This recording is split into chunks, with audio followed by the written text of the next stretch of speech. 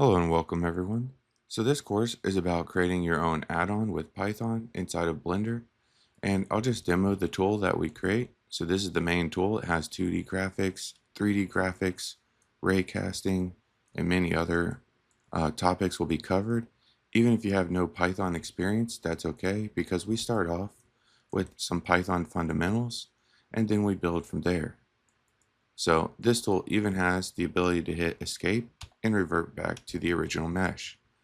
Okay, so I'll just give you a tour of some of the things that we cover. So we start off with a review of Python, then we actually go over and create some graphical programs using Turtle, and I'll just load this program for you. So here you can see this little turtle drawing this rectangle. This will give us the opportunity to work with for loops, calculations, and functions. And then we also create a PY game project, and I'll show you this one. So this will let you use keyboard input. We make class objects for the player. For the pickup, we handle the collision detection and keeping track of the score. All right, so after we have some practice, we then jump over and write the add-on. Now we go over lots of topics and we write every line of code by hand in the video, so you will not be left behind. And this is only some of the code.